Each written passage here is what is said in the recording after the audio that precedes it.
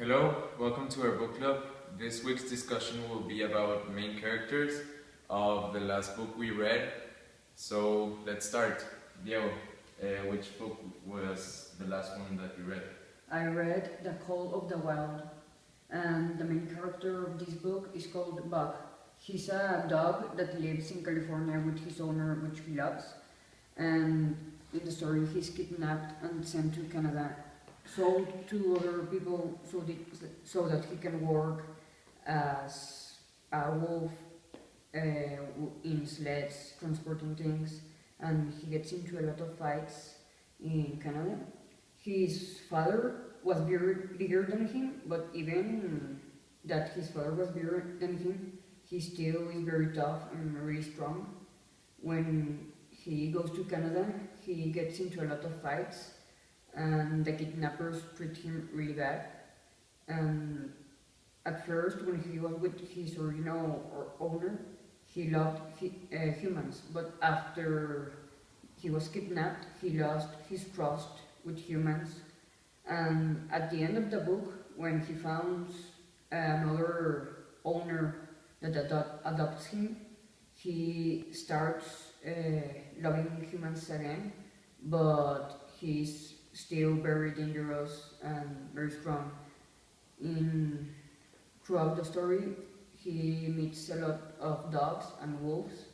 He makes friends, but a lot of his friends are killed in fights by other dogs from other people. He suffers a lot during his time he was kidnapped and fighting in Canada, which was really cold. He slept under snow and was given very little food. But at the end, he found again another owner that he can love and he can feel like the first owner he had. And does he reunite with the first owner? No, he doesn't reunite with his first owner, but he finds another owner that is similar, which he can trust, like the first one, not like the other kidnappers. Sounds really interesting. Thank you. Could you please repeat the name of your book? Yes, The Call of the Wild. Okay, so the book that I read is called Cat's Cradle, and the main character is called John. Well, that's what he tells us at the start of the book. He tells us that that we should call him John, but he doesn't give us his real name. So what happens in the book is that he is an author, and he is really obsessed with the bombings of Hiroshima. And what he does is track down the creator of the atomic bomb, which was a doctor. He was called Felix. So Felix was already dead, and he wanted to write a book that was called The Day That the World Ended. It was about what the people related to the bombing were doing the day that the bomb was dropped. So he tracks down his 3 children, and he writes to them, but only one responds.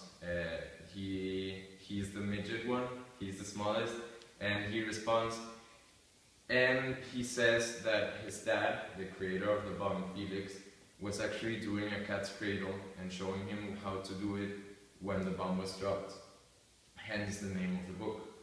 After that, he keeps on investigating. He goes to the hometown of Felix to gather information for the book, and there he learns that the oldest son is actually in an island, and he will become the president or the dictator of the island. So he decides to go there, and he had actually learned in his hometown that Felix had created a compound named Ice-9, which could freeze the whole Earth's water supply. So when he goes to the island, he discovers that the sons were in possession of this Ice-9, but they had sold it, or they had exchanged it for something that would benefit them. So when he gets there, a lot of things happen. the president that was actually there right now, and the son was the predecessor, he killed himself with ice-9, swallowing it, and then at the end, I don't know if you want me to spoil the end. Yes. Yes? At the end, he had eaten it, so something happens on the island that the castle of the guy, of the president, actually, it like kind of breaks down, and his body falls into the ocean. So the whole ocean freezes, and there's no water anymore. So they only last about 6 months on the island, he and the doctor's family. And well, at the end, he says that in those 6 months, he wrote Cat's Cradle. So we know that John is actually the author, Kurt.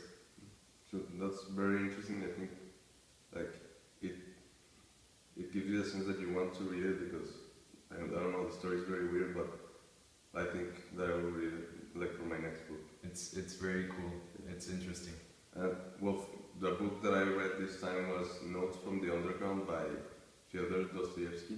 He's a Russian writer, and it's a very weird story because there's only one character and it's nameless. He's just a narrator, and he's writing notes to an invisible audience about how he's been living underground for about 40 years. He lives in St. Petersburg, Russia, and he starts describing himself as a person that is very, very hateful and very ugly, and that he's so intelligent that thinking about doing things, he always finds a reason not to do those things, because he's so intelligent that he always finds a way, like, to avoid action. So that's why he's petrified on underground, and he has decided to recluse himself.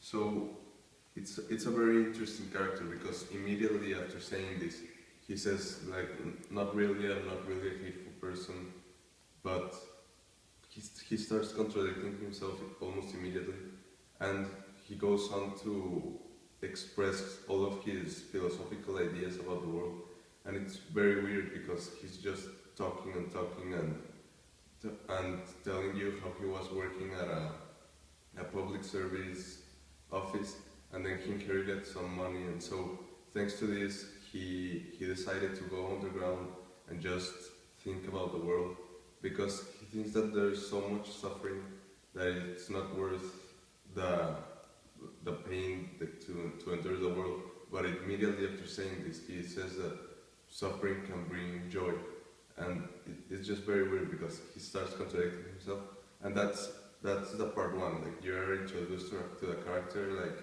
to the way he thinks and to the way he hates nearly everything in the world. He also says that because of this, there can't be a perfect world, because men like building things, not living in things forever. So he says that if we had a perfect society, humans would be so bored that they would start to destroy. So that is why he, like, thinking about all of these things, he has become petrified and doesn't want to move anymore. And then he goes on to part 2, where he starts to remember when he was 24 years old, and almost to, like, the reason why he's underground. And he starts just by talking about a time that he was in a very public place and there was a sergeant, and he got insulted by him. And so then he was so angry by this that he started to plan his revenge. And the result was so anticlimactic. Like, when he went to shot him, the sergeant, for some reason, he shot him, and it was more, it affected more the narrator than the sergeant, and so it was very anticlimactic, and then so he went to his home. And then another time he went to the dinner party of a person who surprised him. He hated him too, like, he hated everyone.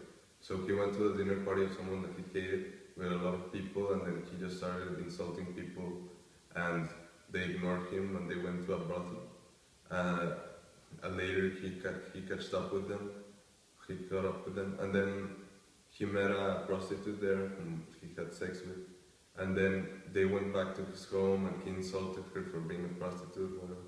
And then he starts to cry because what he said was horrible, and then they have sex again, and then he starts insulting her again, and then she leaves, and that is like the point where he realizes that he's just very intelligent and thinking all these things, and a very complicated man. He knows that he's a very hateful person, but he's also, I think, sometimes compassionate, so he doesn't understand this. And then we finish this with him saying that he's writing to no one, and because of this he should stop. But there's a last note that is not written by him that says that the narrator is still probably writing, but for intents of the novel, maybe we should stop there, because it's the same. It's just the ramblings of the man going over and over of things that already happened, but he's not going to do anything new. Okay. So yeah, it was a very weird novel, because they say that the writer, Dostoevsky, was the first psychologist when psychology didn't even exist. So by introducing just one character, he's able to develop all of the happenings of his mind, and it was very interesting. It sounds really, really interesting. Yeah, I think I will read that for my next book. So, thank you for joining us, and we'll be here next week.